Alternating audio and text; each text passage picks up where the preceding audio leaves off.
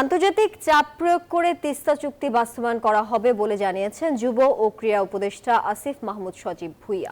এ সময় বন, পরিবেশ ও জলবায়ু পরিবর্তন উপদেষ্টা সৈয়দা রিজওয়ানা হাসান বলেন, চুক্তি বাস্তবায়নের আগে দেশীয় ব্যবস্থাপনায় তিস্তা নদীর ভাঙন রোধ করা হবে। তিস্তা খনন মহাপরিকল্পনা বাস্তবায়ন নিয়ে গণশুনানিতে তারা এসব কথা বলেন।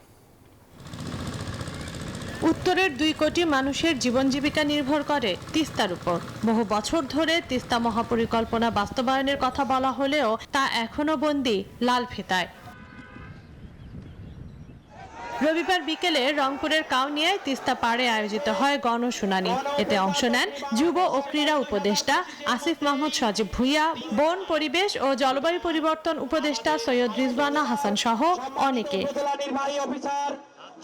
এ সময় বন, পরিবেশ ও জলবায়ু পরিবর্তন উপদেষ্টা সৈয়দ রিজওয়ানা হাসান বলেন, তিস্তা পাড়ের বাসিন্দাদের মতামতের ভিত্তিতেই চুক্তি বাস্তবায়নের কাজ শুরু হবে। এই মহাপরিকল্পনায় কি থাকবে আর কি থাকবে না, এইটার ব্যাপারে তিস্তা পাড়ের মানুষের মতামত শুনতে হবে। এ সময় উপদেষ্টা আসিফ মাহমুদ বলেন, আন্তর্জাতিকভাবে চাপ প্রয়োগ করে তিস্তা চুক্তি বাস্তবায়ন করবে বর্তমান সরকার। তাদের নতজানু পররাষ্ট্রনীতির কারণে তারা শুধু ভারতে গিয়ে ভারতের প্রধানমন্ত্রীর সাথে ছবি তুলেছে, তিস্তার কথা বলার সাহসটা পর্যন্ত করতে পারেনি।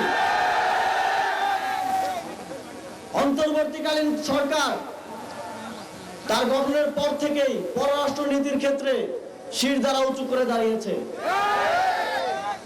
এবং তিস্তার চুক্তি বাস্তবায়নে এই অঞ্চলের মানুষের পানির ন্যায্য হিস্সা আদায়ে অন্তর্বর্তীকালীন সরকার মাথা উঁচু করে ভারতের সাথে নেগোশিয়েট করবে।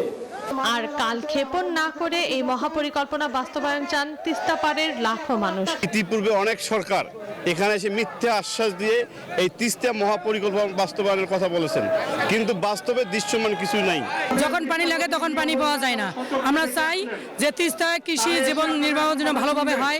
মহাপরিকল্পনা বাস্তবায়ন করলে এই এলাকার অনেক শিল্প কারখানা স্থাপিত হবে। তিস্তা খনন হলে কোটি মানুষের ভাগ্য পরিবর্তনের স্বপ্ন দেখছেন উত্তর জনপদের মানুষ।